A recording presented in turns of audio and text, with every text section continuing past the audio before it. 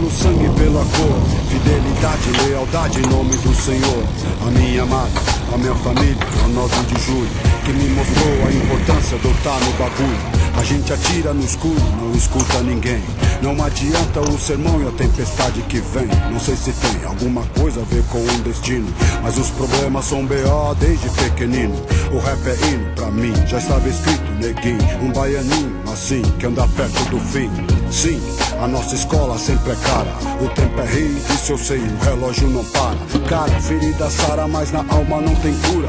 Na sua arrogância ou na sua humildade pura. Se segura, o que te ofereço é muito bom. É força e poder, através do som. Eu digo, cada degrau a gente aprende a sofrer.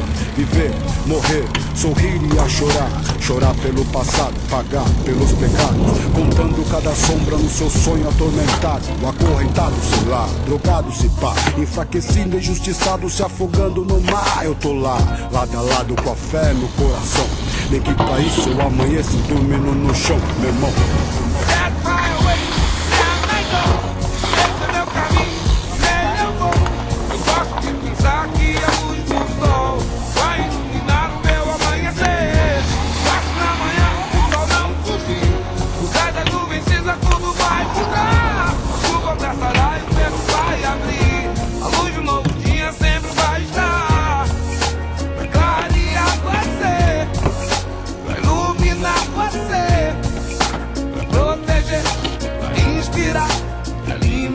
Você, vai clarear você, vai iluminar você, vai proteger, vai inspirar e alimentar você. Revolução se aproxima, se prepare.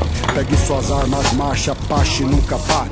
Encare a guerra de frente, mesmo sendo ruim. Somos soldados e sobreviventes sempre até o fim. Olhe pra mim e veja o quanto eu andei.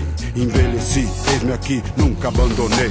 Não quero ser um rei, não quero ser um Zé. Só quero minha moeda e a minha de fé. Axé, comigo, na fé, bandido, o gueto sempre tem na frente o inimigo. A polícia é racista, mais do que ninguém. A favela entre o céu e o inferno. Jerusalém, lamenta, aguenta, enfrenta a batalha.